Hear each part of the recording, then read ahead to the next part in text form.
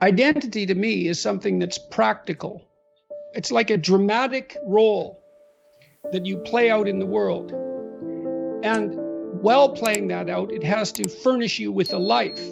It means that it has to be negotiated with other people. And when you're a very young child and you first start to play with who you are, you live in a fantasy world. And so that means identity has to expand beyond its egocentric focus and increasingly be negotiated in the social world. Now imagine that you're lonely and you approach a young woman in a social situation, attempting to make some contact with her. You want to alleviate your loneliness, and so you hope you make a good impression, and you tell a joke, let's say, in a relatively awkward manner, and you get rebuffed. Then you're no longer where you control. You're no longer where you exercise control. And that brings up all sorts of specters immediately. It's like, well, why were you rebuffed? Well, maybe all women are to be despised. That's one theory. Maybe there's something deeply wrong with you. Maybe you're having an off day. Maybe it wasn't a very good joke. So when you don't get what you want, then a landscape of questions emerge, and those questions can resonate through different levels of your identity, from the trivial, oh, I told the joke wrong, to the profound, there's nothing desirable about me and I'll be alone for the rest of my life. It has to go through that period before you can emerge as a genuine individual, which means you have to know the rules of the game before you can break them.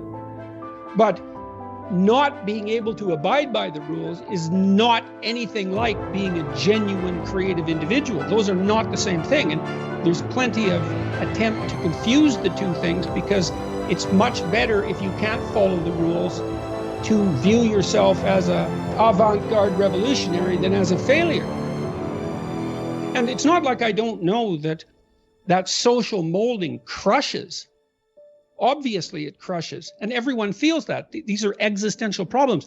Everyone deals with the tyranny of culture and the fact that it does want you to be a certain way and not other ways, and those ways might not be in keeping with the deepest elements of your nature.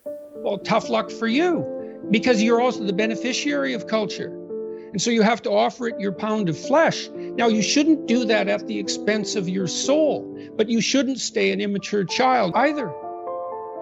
So what happens is that if you act out your identity, if you act out your beliefs in the world, and what you want doesn't happen, what happens is that your body defaults into emergency preparation for action. And the reason for that is you've wandered too far away from the campfire, and now you're in the forest, and maybe you're naked. And so what do you do then? And the answer is, well, you don't know what to do. So what do you do when you don't know what to do? And the answer is, you prepare to do everything. And the problem with that is that it's unbelievably draining psychophysiologically. Like, it hurts you. People stay where what they do has the results they want. That's partly why you want to be around people who share your cultural presuppositions. It's very hard on us not to be where we know that what we want is going to happen. We hate that. By and large, we're conservative creatures, even if we're liberal in temperament. We can't tolerate that much uncertainty. And you might ask, well, why? And the answer is, well, because you can be hurt, pain, you can be damaged, you can become intolerably anxious, and you can die. So it's no wonder you're sensitive, or very sensitive, to negative emotion.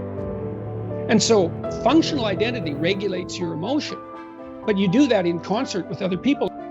If you're acceptable to your peers and you behave well, they'll accept you. And then they tell you all the time if you're acting appropriately. If your jokes are funny, if you're dominating the conversation, if you're bringing something of value to the table. And all you have to do is pay attention to the social cues. We've been social for so long that our social nature is programmed into our biology. And so you'll be punished if you're not useful to other people by your conscience, because you're a social creature. What if you think that's all pointless? Well, that doesn't seem very helpful. Okay, so you need a sustaining meaning. Well, where do you find that? Well, you generally find it in responsibility to yourself and to other people. When I commit to something and make sacrifices, if something's valuable, you'll make sacrifices to attain it. And that discovery of sacrifice, it's one of the primary factors separating human beings from animals. Because we discovered that we could let go of something we value in the present, and we would gain something we value even more in the future. We acted that out dramatically in all sorts of strange ways over thousands and thousands of years before it was formalizable psychologically. But it's a massive discovery. I can forego gratification in a particular way and benefit in the future. You make sacrifices to make the future better. Well, what if that doesn't pay off? Well, think about that. You know what that's like. You endeavor to do something and it doesn't work. You're not appreciated for who you are. You fail. Maybe you failed despite your best efforts. Well, are you rejected by God? Well, it's as if you're rejected by God. Does it make you resentful? Does it make you bitter? Does it make you want to pull down the successful? The answer to that happens to be yes. It's harsh that the rewards of life are indiscriminately distributed. It's hard on everyone, but it doesn't help. It doesn't help to become bitter. And it's not like I don't understand the temptation. And I see this in this culture war. I see this resentment. It colors the definition of identity. This attack on meritocracy. It's an attack on merit itself.